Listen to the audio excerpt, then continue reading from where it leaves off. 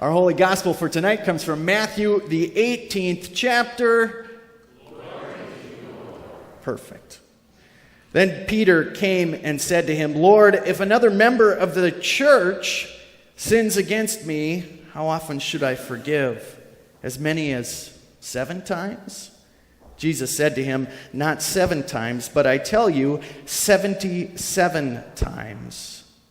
For this reason, the kingdom of heaven may be compared to a king who wished to settle accounts with his slaves. When he began the reckoning, one who owed him 10,000 talents was brought to him.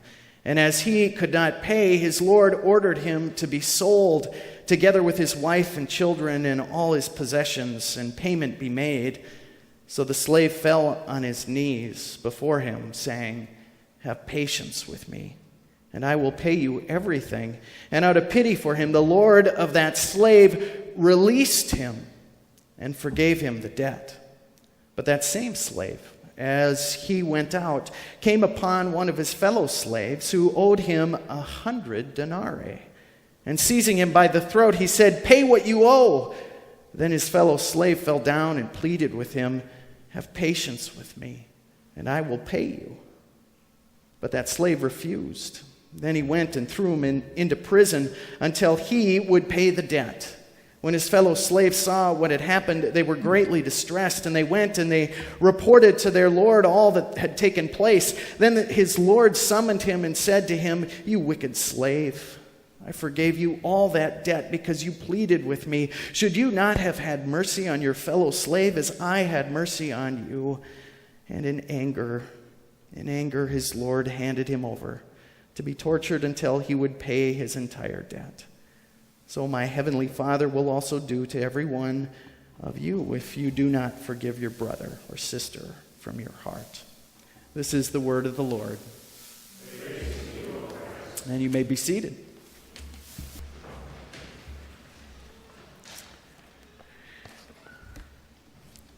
In the town I grew up in, I think the founders of that community, or at least the high school, must have had issues with self-confidence or self-esteem. I don't really know what it was, but in that little tiny town I grew up in eastern North Dakota, our high school mascot was the bane of our existence.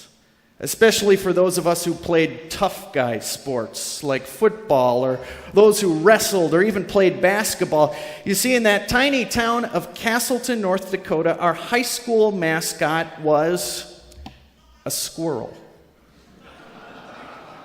You can't make this up, you guys. You can't. What were they thinking? A squirrel. And that wasn't the only quirky thing about this little town I grew up in. There were all kinds of quirky things. Down Main Street, people parked in the middle of the street. In the middle of the street. Anyone grew up in a town like that? A couple of you come from weird towns, right? In that little town, we had a golf course, a little golf course, but get this, it had sand greens. After you putted, you had to rake the green. It was an odd little town I grew up in, and yet I have really fond memories of it. Anyone else grow up in a small town? Anybody else? Yeah, you get it. It was a kind of town where I could go into the grocery store and I could have our groceries put on our family tab, and the lady at the till didn't even have to ask me my name. She knew my name already. My buddy Ryan, his dad ran the insurance company in town. The Sinner family, that was really their name, the Sinners. They ran the biggest farm around, Old Jack Dalrymple farmed too, but he was more interested in politics, ended up being governor of North Dakota, The principal in town was to be feared, the principal of the high school, but all the guys wanted to date his daughter. I remember learning stealing was wrong at the Ben Franklin store, where old Mrs. Anderson, who would run the register, she caught me taking a piece of candy from one of the big candy barrels back in the Ben Franklin. And Dairy Queen in this town was a place where everyone met up after the football game on Friday night, after the ferocious squirrels took on tough teams like the Oaks Tornadoes or the Broncos of Lisbon or the Kindred Vikings. And there Dairy Queen, we'd munch away on pizza corner pizzas until late into the night. It was sort of this, I like to think of it as a Leave It to Beaver sort of town, but I liked it. I liked it because people knew me, and I knew them, and we knew one another. Yeah, you couldn't really get away with much in this small town because everyone knew everyone, but people cared in a different way. And it wasn't a perfect town. People had their scars, and in a small town, a town that was so small, you usually couldn't hide those scars. For example, it was in that town that there was just one service station in town. That's where everyone took your car to be repaired. And my buddy Kelly, when we were in school, his dad owned the filling station, right? But everyone knew that Kelly, this high school student, did much of the work on the cars because his dad drank too much. I remember everyone, my buddies, adults, we all supported Kelly a lot because we knew things weren't easy for him. It was in this small town where everyone knew the cop by name. Yes, there was one cop. Everyone knew him by name because he was the only cop. And this cop made house calls when he had some concerns. Like the time he knocked on our door and had a talk with me and my dad when he happened to catch sight of me in my car racing my buddy on his motorcycle home from practice one night.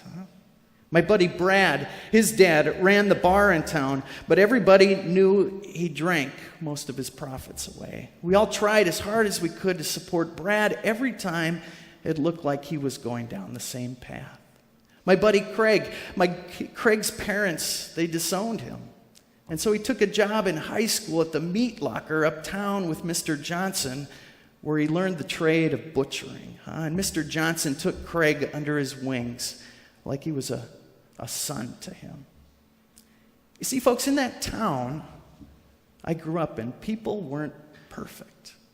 People knew one another's business. That's just how it is in a small town. It was small enough that you couldn't hide much. And at least when it came to my buddies, even though we knew our lives, they weren't perfect, that everybody had their issues. I always remember we took care of one another. That part of growing up in a small town, I kind of want that for my kids. In fact, I want that for all of us, right? That sense that people know us. I think we all want that. And yet they still care. Now, of course, I could be looking back on my upbringing with a little rose-colored glasses, but this is what I remember. Folks, I was thinking about this town I grew up in as I was reading our lesson for today from Matthew. You see, in our reading today, Peter asks Jesus a question that doesn't fit with that small town I grew up in. You see, Peter asks Jesus a question. Bear with me here. He says, if my neighbor sins against me, if he or she offends me, hurts me, does me wrong, how many times should I forgive him? How many times, Jesus? Just tell me so I know. 3, 5, 7? How many times do I need to forgive? You see, Peter wants to know, how do I get off the hook? If I get into a tussle with my neighbor, what do I need to do so I no longer need to worry about him? So I can clear my conscience because I want to make sure my record is squeaky clean, that I've done all the right things so that all can see I'm right and perfect. And of course, Jesus sends Peter on a trip, right? When he says to Peter, Peter, if that's what you're concerned about, if all you're concerned about is yourself and your pretty little record, here's how many times you have to forgive your neighbor. Ha, ha, ha. 77 times. In other words, as far as I'm concerned, Jesus says, there's no way you can forgive your neighbor enough because, Peter, in my world, your accounting, your record keeping, it just doesn't fit. And that's when Jesus tells a parable, right? Jesus tells stories. There once was a master whose slave, he says, owed him 150,000 years worth of wages. Millions, billions of dollars. The slave threw himself at his master's feet, and out of deep generosity of the master's heart, forgetting about all his accounting, forgetting about his books, forgetting about himself, he forgave that slave, right? You remember this. He forgave every last cent. And not only that, it says he released the slave and his family from slavery. He set him free. He gave him freedom. It's sort of unbelievable, huh?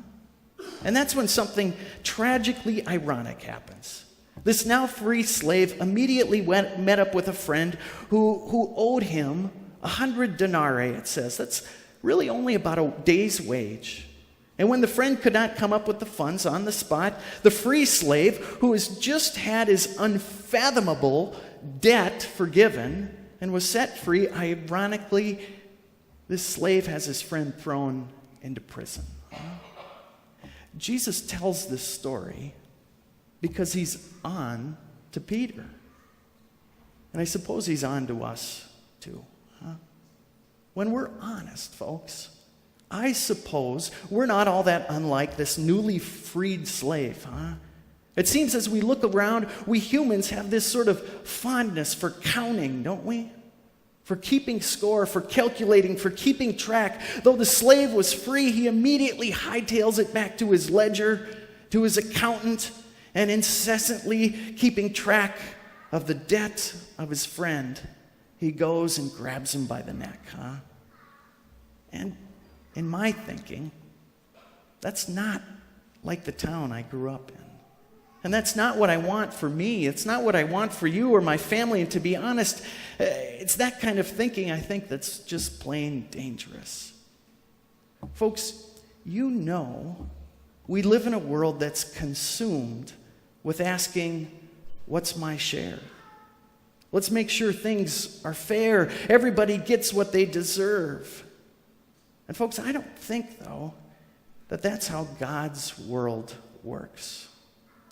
You see, I think God is inviting us to consider what our lives would look like if we weren't so consumed with keeping score or making sure everyone gets what they deserve. Rather, I think Jesus tonight invites us, the church specifically, to be something totally different. A community that's founded in love and forgiveness that we can't imagine, the sort of community able to forgive whatever the debts that we owe to one another. Huh? Folks, today we celebrate the reaching in ministries of our church. And I think of those 4 ministry areas you see on these banners. Reaching in is the one that can be, well, it's not apparent as we first read it. And to help me explain what reaching in ministry is about, we're going to watch a little video here, just a little video. So sit back and watch. Here we go. Please remain seated with your seatbelt securely fastened anytime the seatbelt sign is on. And even if the sign is off, please keep your seatbelt fastened in case we experience unexpected or rough air. For everyone's safety, federal regulations require all passengers to comply with the posted placards and lighted information signs located throughout the cabin, in addition to any crew member instructions. Smoking is not allowed on any Delta flight, and federal law prohibits tampering with, disabling, or destroying a restroom smoke detector. There are 10 exits on this plane, 6 doors, 3 on each side, and 4 window exits over the wings. Each door has a detachable slide that can be used as a raft. An additional raft is located in a ceiling compartment at the back of the plane. All exits are clearly marked with an exit sign.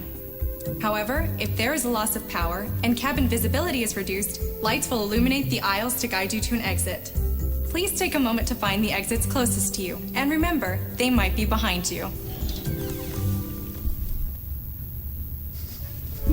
It's unlikely, but if cabin pressure changes, the panels above your seat will open, revealing oxygen masks. If this happens, reach up and pull a mask toward you until the tube is fully extended. Place the mask over your nose and mouth. Slip the elastic strap over your head and adjust the mask if necessary. Breathe normally and note that oxygen is flowing, so don't worry if the bag doesn't inflate. Be sure to adjust your own mask before helping others. You're all going, why did he show us that video? On an airplane, there are rules, right? There is no smoking, right? And when you are seated, you're supposed to leave your what on? Seatbelt, right? And if the cabin loses pressure and you're accompanied by a small child, whose mask do you put on first? Your own. You put on your own, right? The best description I've heard for what it means for us to reach in Calvary is this. Reaching in is how we as a community help one another put our own mask on first. It's this community we share. We share that supports one another on that journey, whatever it looks like. It's youth ministry programs around here that aren't just about playing with kids, right? But supporting families amid the chaos of parenting. It's a safe playground out in the lot for our kids and families to just be family together, to play in. It's the hundreds of rides that members of our church give our elders. It's the 50-plus friendly visitors who go make sure our shut-ins aren't forgotten. It's about worship bags for squirrely little bodies, and it's about how we welcome children into worship. It's funds that are given to families when electricity and gas is shut off. It's about giving food to the hungry. It's about confirmation classes that help our families raise kids in the faith.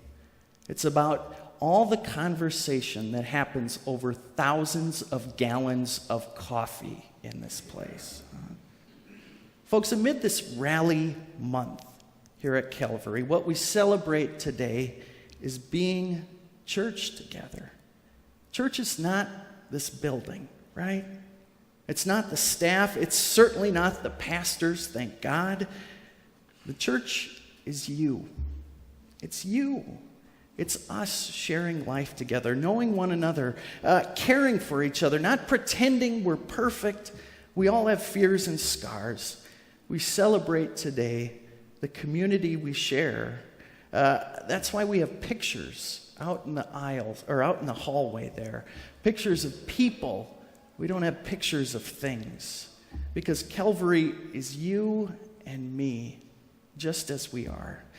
You were given a sticker today, and I see most of you have yours on. I'm proud of you, So I dare you today, wherever you go after you leave here, or maybe you'll leave it on tomorrow, or maybe for the whole week, and when people ask you about that sticker, tell them, yep, I'm Calvary. I'm this wonderful community of imperfect people who care deeply about one another with the love of Jesus Christ. Folks, when we talk about reaching in, we talk about all the ways we put our own mask on first so we can be healthy, connected to one another, and experience the grace and love of God for ourselves. It's all about this community we share that isn't about keeping score or being fair or anyone getting what they deserve like Peter and that slave were concerned about. Reaching in is how together we live in that freedom, where we get to stop counting altogether, where we experience the great love of Jesus Christ. Reaching in happens when we sing that song at the beginning of the service. All are welcome, and we really mean it. We reach in boldly when we throw free barbecues where all are welcome, folks.